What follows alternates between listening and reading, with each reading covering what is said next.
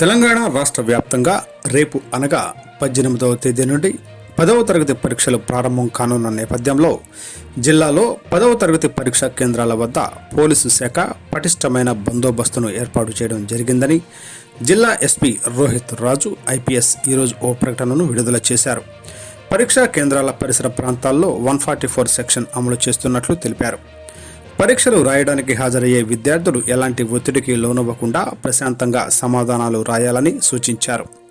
ఎలాంటి అవాంఛనీయ సంఘటనలు జరగకుండా పోలీసు వారు చేపట్టే చర్యలకు ప్రజలు మరియు విద్యార్థులు పోలీసు వారి సూచనలు పాటించి సహకరించాలని విజ్ఞప్తి చేశారు. పరీక్షా కేంద్రాల పరిసర ప్రాంతాల చుట్టూ 144 సెక్షన్ అమలులో ఉంటుంది. పరీక్షా కేంద్రాల దగ్గర అన్ని జిరాక్స్ సెంటర్స్ మూసివేయబడతాయి. ముందుగానే వారికి నోటీసులు జారీ చేయడం జరిగింది. పరీక్ష రాయడానికి హాజరయ్యే విద్యార్థులు మాత్రమే పరీక్షా కేంద్రంలోనికి అనుమతించడం జరుగుతుంది. గేటు మూసివేసిన తర్వాత ఎవరిని లోపలికి అనుమతించారు.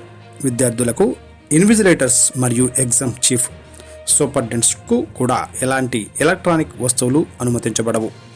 పరీక్షా కేంద్రాలలో ఏమైనా అవాంఛనీయ సంఘటనలు జరిగితే వెంటనే దగ్గరలోని పోలీసు వారికి సమాచారం అందించాలని కోరారు.